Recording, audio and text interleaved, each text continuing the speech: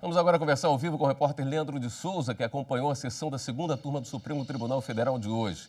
Os ministros analisaram o recurso de um empresário que, mesmo nascido no Brasil, teve a nacionalidade brasileira cassada. Detalhe isso pra gente. Leandro, boa noite para você. Boa noite, William. Boa noite a todos. Esse empresário que migrou ainda jovem para os Estados Unidos teve o pedido de naturalização reconhecido pelo governo dos Estados Unidos. Portanto, ele virou cidadão norte-americano ou estadunidense. E, por causa disso, o ministro da Justiça, Sérgio Moro, cassou a cidadania brasileira desse empresário. Ele responde a processos tanto nos Estados Unidos quanto aqui no Brasil.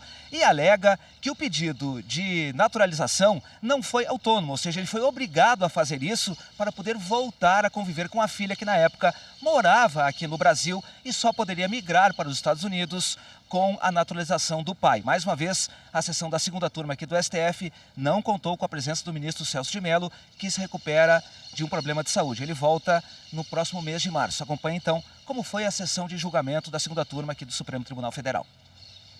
O empresário Carlos Nathaniel Venzeler teve a nacionalidade brasileira cassada pelo governo federal por ter se naturalizado norte-americano. Para o Ministério da Justiça, ao adquirir uma nova nacionalidade, ele renunciou à brasileira. O Ministério da Justiça entende ainda que o empresário teria aproveitado da condição de brasileiro somente para escapar da prisão nos Estados Unidos, onde ele responde a 9 processos.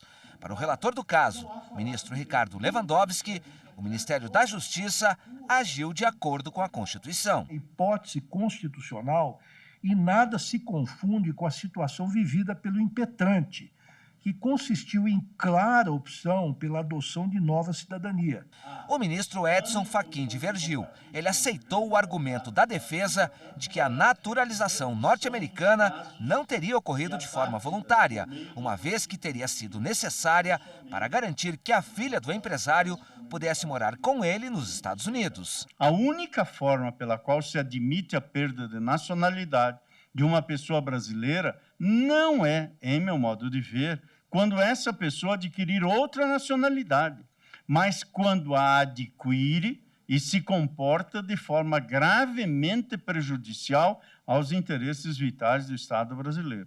Mas com os votos dos ministros Gilmar Mendes e Carmen Lúcia, prevaleceu o entendimento do relator e o recurso do empresário foi negado. Em seguida, os ministros passaram a analisar um pedido de extradição feito pelo governo de Portugal de um cidadão português condenado a 6 anos e 2 meses de prisão por estupro e ameaça a uma menor de idade em território português. Ele foi preso no Brasil em 2018.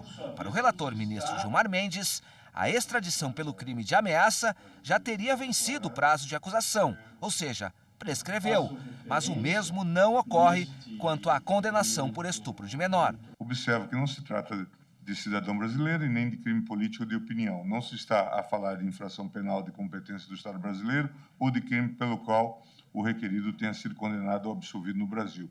O governo de Portugal oferece sólidas garantias quanto ao respeito aos direitos e garantias fundamentais do extraditando. Por unanimidade, a segunda turma do STF decidiu pela extradição do português.